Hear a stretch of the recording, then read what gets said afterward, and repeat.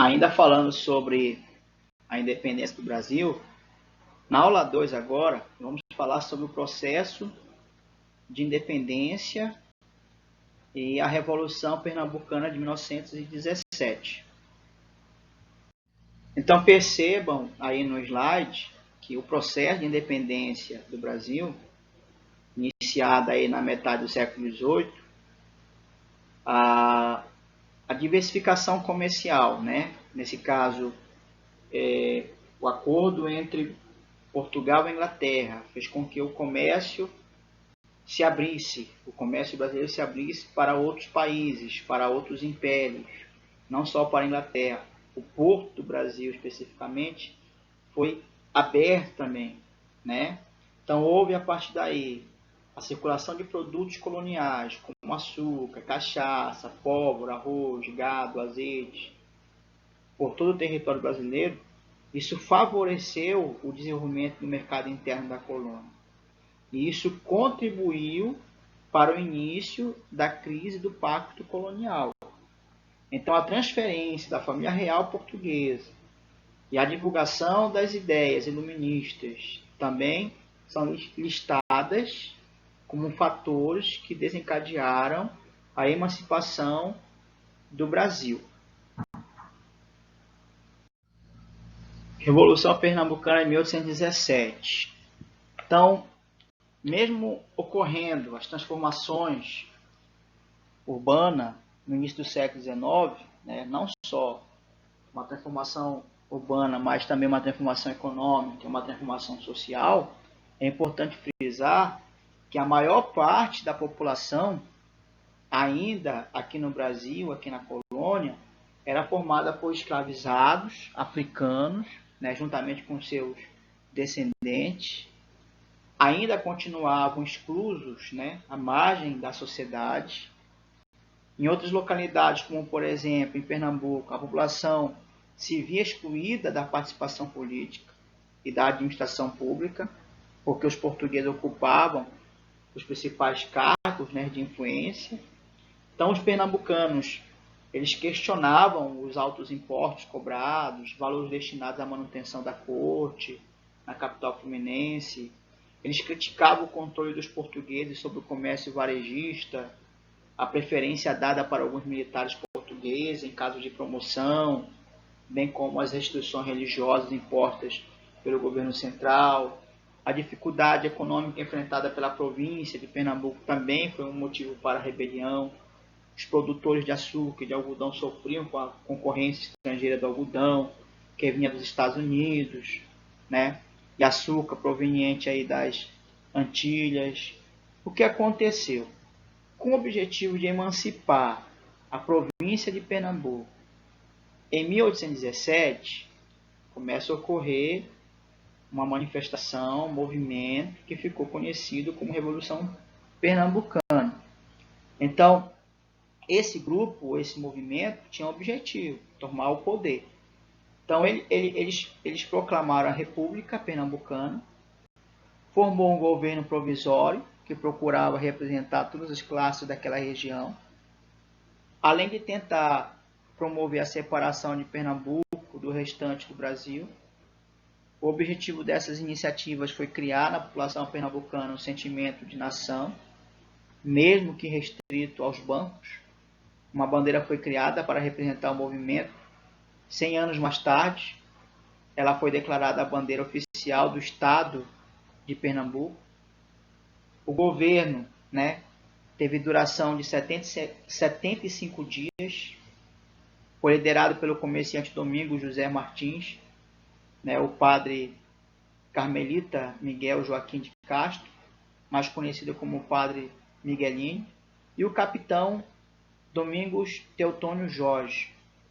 O principal objetivo desse grupo, especificamente, era defender o direito à liberdade da religião, né? Também defender o direito à liberdade de imprensa e o fim do domínio português. Revolução Liberal de 1820 ou Revolução do Porto. Então, mesmo com a ajuda da Inglaterra para a expulsão das tropas francesas, em 1815, o povo português estava fragilizado, tanto politicamente, né, e economicamente. Então, por exemplo, politicamente, a população exigia o retorno de Dom João VI. A realidade de Portugal nesse período era uma crise enorme, uma crise econômica, uma crise política, e isso acabava contrastando com a realidade da corte no Brasil. Então, nesse período, na cidade de Porto, ocorreu o que ficou conhecido na história, a Revolução Liberal de 1820, ou Revolução do Porto. E aí, no comando da situação, os revolucionários portugueses, inspirados por ideias liberais, eles faziam reivindicações que hoje podemos dizer que são contraditórias, como, por exemplo, eles pediam a instauração de uma monarquia constitucional no Brasil, eles queriam a livre concorrência comercial em Portugal, insistiam na recolonização do Brasil.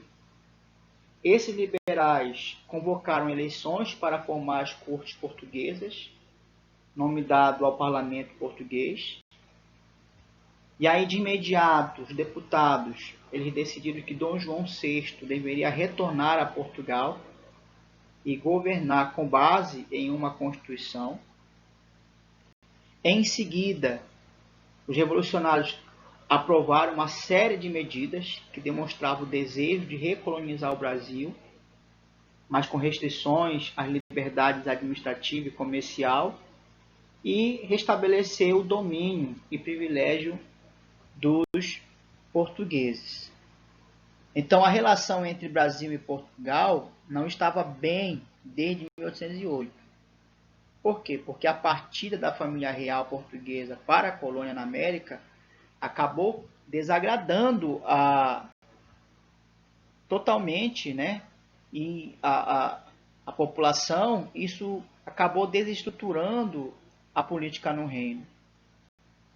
Então, o que aconteceu foi que, com a política das cortes portuguesas, o clima de tensão aumentou ainda mais.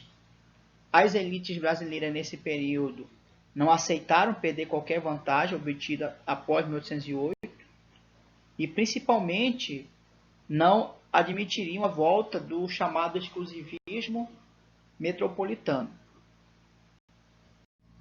No Brasil, dois grupos políticos distintos discutiam as decisões das cortes. De um lado, né, o Partido Português, composto de comerciantes e militares portugueses, que apoiavam a decisão dos deputados portugueses e admitiam o retorno da família real. Do outro lado, o Partido Brasileiro, formado por fazendeiros, grandes comerciantes e altos funcionários públicos, que eram contrários às decisões das cortes e lutavam por maior autonomia para o Brasil, principalmente no interior do Império Português. Havia ainda também, nesse mesmo período, um terceiro partido, eram chamados liberais radicais, formado por advogados, engenheiros, professores e padres. Esses aí ficaram alheios às discussões anteriores, já que decidiram a ruptura com Portugal e a instalação de uma república aqui no Brasil. Então, as pressões das cortes forçaram Dom João VI a deixar o Brasil e retornar a Portugal. Isso aconteceu em 21 de abril de 1821. Porém, é importante frisar, como forma de garantir a permanência da família real no governo brasileiro, ele deixou o seu filho, o chamado príncipe Dom Pedro, que ficou como regente do Brasil. Proclamação da Independência. A decisão de Dom João VI de retornar a Portugal, deixando o seu filho governando o Brasil, isso acabou ocasionando uma nova pressão das cortes portuguesas. E aí seus integrantes exigiam que também Dom Pedro retornasse a Portugal. E aí, aqui no Brasil, o Partido Brasileiro, que era liderado por José Bonifácio e Joaquim Gonçalves, eles começaram aqui uma manobra política para tentar convencer Dom Pedro a permanecer no Brasil. Então, essa forma de tentar convencer Dom Pedro a permanecer no Brasil, ela ficou conhecida como Dia do Fico. Então, como ficou conhecido, o dia 9 de janeiro de 1822 teve importância fundamental para a decisão de contrariar as ordens das cortes, já que Dom Pedro teria recebido uma carta com mais de 8.000 assinaturas pedindo a sua permanência no Brasil. O que aconteceu que Dom Pedro foi então nomeado representante das cortes, com ordem de processar quem se opusesse às ações de Lisboa. Dona Leopoldina, esposa de Dom Pedro, aconselhada por José Bonifácio, enviou mensageiro com a responsabilidade de informar Dom Pedro da situação.